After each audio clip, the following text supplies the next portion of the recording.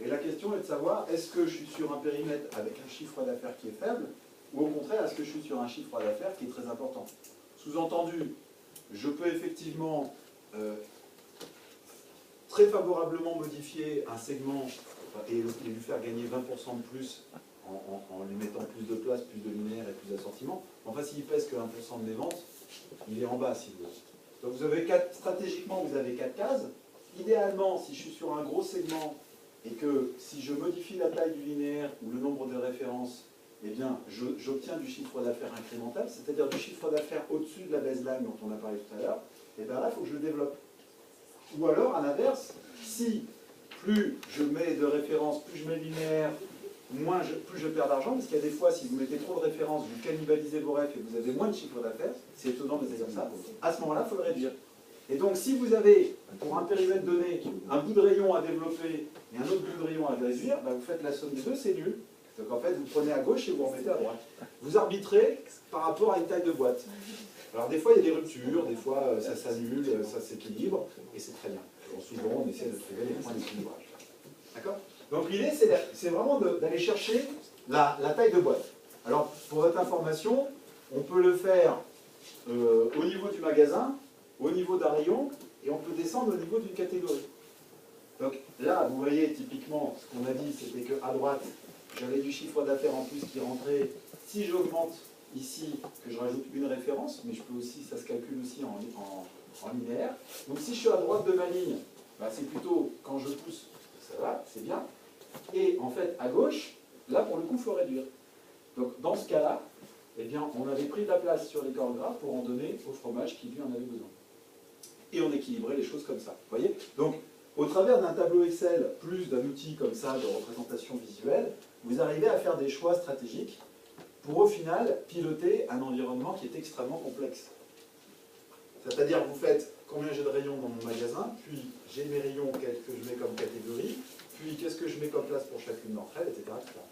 Poupée-russe. Et au final, vous obtenez quelque chose comme ça. Petit rayon.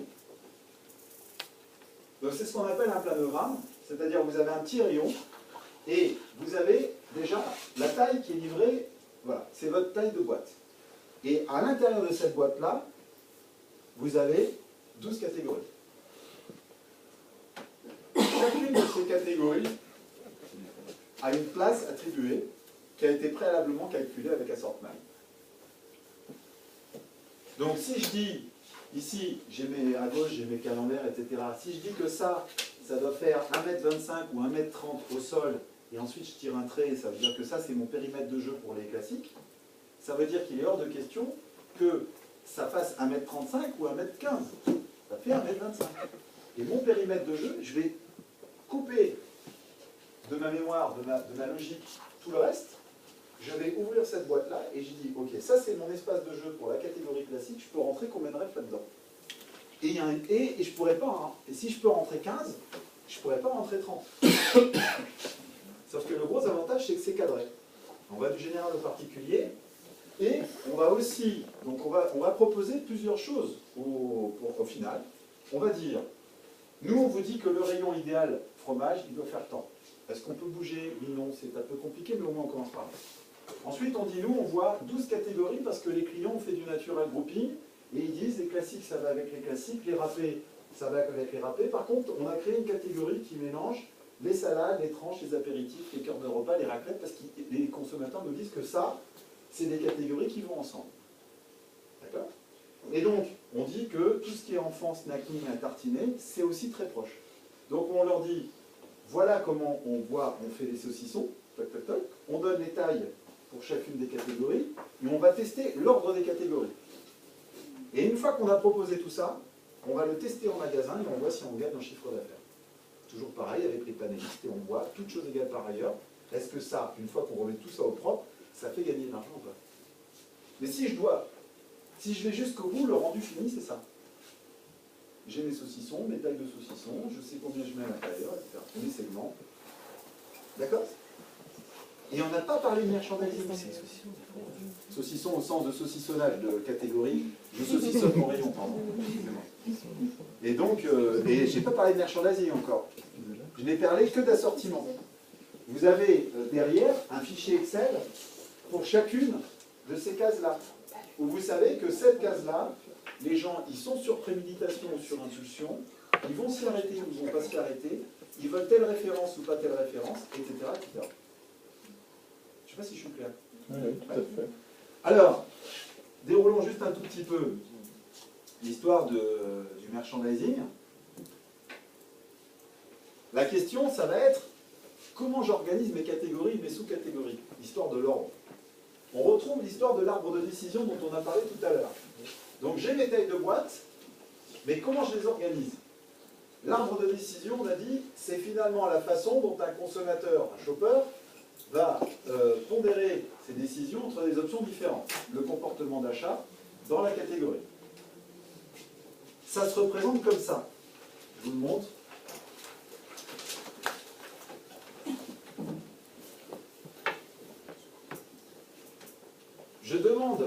Je demande à un client, à un shopper, quand il rentre dans le segment des à tartiner. D'accord? Donc il est tout mon rayon, il y a un segment, bonjour monsieur le consommateur shopper, oui, vous êtes en face des à tartiner, très bien. Donc vous êtes en face du rayon, et de la catégorie des à tartiner.